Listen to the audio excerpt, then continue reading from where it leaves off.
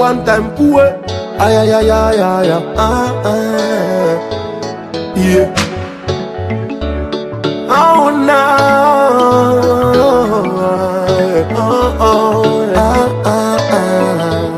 yeah.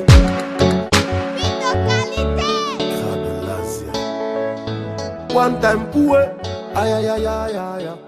Nous allons lancer définitivement donc les manœuvres pour la deuxième édition de la West Africa Champions Cup.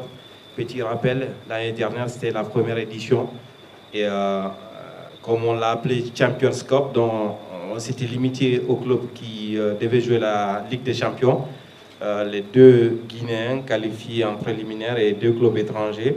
Ça a été un succès grâce notamment à vous, la presse. Vous avez accompagné cette première édition.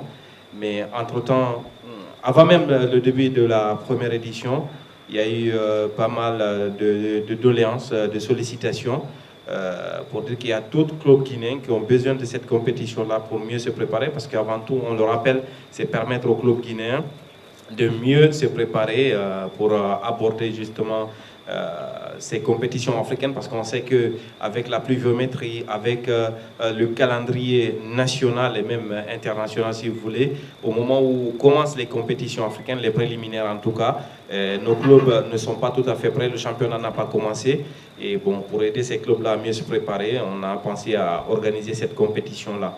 Et donc, on a eu beaucoup de sollicitations pour inclure les deux autres clubs guinéens qui ne sont pas en Ligue des Champions, mais qui sont en Coupe de la Confédération. Donc, de 4 clubs l'année dernière, on est monté à 8. On a été très, très ambitieux, il faut le dire, parce que déjà, regrouper 4 clubs et jouer un tournoi d'un tel niveau, parce que c'est niveau africain, niveau Ligue des Champions, c'est très lourd, c'est difficile à organiser. Mais on s'est dit pourquoi pas, si c'est pour aider le football guinéen, si c'est pour aider le football ouest-africain à émerger, et nous on y va tout de suite. Donc de 4 clubs l'année dernière, on est monté à 8. C'est-à-dire que les 2 clubs guinéens qui sont en Ligue des Champions en préliminaire, les 2 clubs guinéens qui sont en préliminaire de la Coupe de la Confédération et 4 clubs étrangers. Mais on a toujours voulu garder les standards très très hauts parce que là, nous avons, à part la Guinée, les 4 autres clubs, c'est quasiment des clubs qui sont champions dans leur pays. Donc les standards sont très très élevés encore une fois. Et nous allons donc organiser cette deuxième édition de la West Africa Champions Cup du 7 au 13 août à Yorokogia. Donc on a gardé Yorokogia parce qu'on s'est dit dès le départ, on vend la destination Guinée à travers le sport, mais également à travers le tourisme. Au moment où on parle de branding Guinée, je crois que le branding guinéen ne trouverait pas meilleure expression que cette West Africa Champions Cup, parce que c'est la Guinée qui reçoit l'Afrique de l'Ouest du football. Donc on va continuer à jouer à Yorokogia. Et il y a une nouveauté cette fois-ci.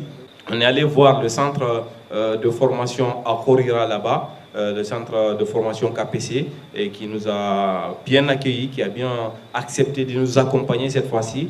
Donc la nouveauté, la grande nouveauté, c'est d'abord de 4 à 8 clubs, et ensuite pour cette deuxième édition, les clubs étrangers vont loger à Horira, vont s'entraîner à Horira et vont jouer à Yorokogia pour les matchs de compétition. Donc, il y a 2 sites retenus pour cette saison. C'est le logement, l'entraînement à Horira, la compétition toujours à Yorokogia. Donc, on est passé des 4 à 8 clubs et on a essayé de maintenir et même d'élever encore plus les standards qu'on avait eu l'année dernière pour la première édition. Donc du 7 au 13 août, parce qu'on voit qu'à partir du 18 août commencent les préliminaires des compétitions africaines interclubs. Et donc nous, on a voulu placer la compétition là entre le 7 et le 13 août, justement pour permettre à ces clubs-là de bien se préparer. Donc au sortir de la West Africa Champions Cup, ils n'auront que quelques jours avant d'entamer les préliminaires des compétitions africaines interclubs. Donc on ne peut pas trouver meilleure préparation que cette deuxième édition-là. Donc pour revenir à la compétition, le format de la saison dernière était très simple. C'était un championnat. Il y avait 4 clubs, 2 Guinéens, 2 Africains. Donc chacun jouait contre contre l'autre. Donc les clubs jouaient les uns contre les autres. Et à la fin, le club qui avait le plus grand nombre de points terminait champion. C'était le Orea AC qui a remporté cette première édition, suivi de Casa Sport et des autres, notamment Djoliba et Sor Academy. Cette année, donc, il y a 8 clubs. Du coup, Seloutat a expliqué tout à l'heure la difficulté de se frayer un chemin dans la programmation internationale des matchs de la CAF, parce que c'est très serré. Il faut trouver une date idéale entre le démarrage des matchs des préliminaires des coupes interclubs et la fin des championnats. Et la meilleure date qu'on puisse trouver avec toutes les communications que nous avons faites, et à la CAF, et ici sur le plan local, avec le concours des clubs comme Sor Academy, c'était la date du 7 au 13. Donc on n'a qu'une semaine pour faire jouer 8 clubs. C'est pas du tout évident. Quand vous faites des scénarios des matchs à 2 groupes, donc groupe A et groupe B, vous ne pouvez jamais vous en sortir en une semaine. Parce que voilà, il faut déjà organiser 2 championnats, avec minimum 2 jours entre les différents matchs. Et puis faire des demi et la finale. Donc c'était très lourd. Il fallait trouver un schéma très intéressant qui permette à tous les clubs d'avoir au moins 3 matchs en jambes.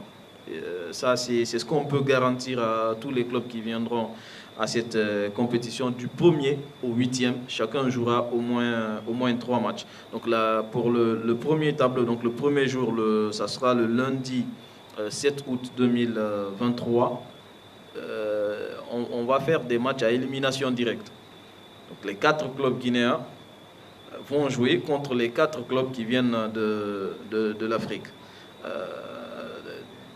Donc il y aura les clubs guinéens, il faut rappeler, hein, c'est le champion, c'est le AFIA, le Orea AC, Milo FC et puis Sor Academy dont le président est avec nous. Donc les clubs guinéens ne se rencontreront pas entre eux pour les premières affiches.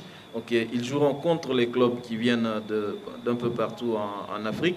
Donc ça sera la première journée. À l'issue des matchs, il y aura des vainqueurs et des perdants. Du coup, les vainqueurs vont jouer une compétition à part. Donc il y aura un champion des vainqueurs et un champion des perdants. Donc on va jouer le match jusqu'au match de classement de la 8e équipe. On saura quelle équipe est première et quelle équipe est 2e, 3e jusqu'à la 8e place. Donc après la première journée, la deuxième journée sera donc le jeudi 10 août. Ce sera donc le perdant du match 1 qui va jouer contre le perdant du match 2, le perdant du match 3 qui va jouer contre le perdant du match 4. C'est en quelque sorte la demi-finale du groupe des perdants. Et le même jour dans l'après-midi, le vainqueur du match 1 joue contre le vainqueur du match 2, le vainqueur du match 3 joue contre le vainqueur du match 4. En fait, si vous avez un peu suivi le tournoi de l'UFOA organisé par ESPN au Sénégal il y a quelques années, où la Guinée avait remporté justement le tournoi des perdants en jouant dans cette compétition qui avait 16 équipes. Donc c'est ce format qu'on a voulu mettre en place pour premièrement permettre à tous les clubs d'avoir au moins 3 matchs en jambes de compétition, et permettre également qu'on puisse jouer la compétition dans l'intervalle du 7 au 13 août. C'est le seul scénario en fait qui peut nous permettre d'être dans la date et tout. Donc c'est pour cela on a fait comme ça. Il y aura la finale, donc il y aura les avant-dernières affiches, ça sera le samedi 12 août, et la finale, ça sera une seule affiche, le 13 août, entre le vainqueur du match 7 et le vainqueur du match 8 à 16h à Yorokogia. Voilà. Merci. Maintenant, c'est quoi? Il faut que je change de...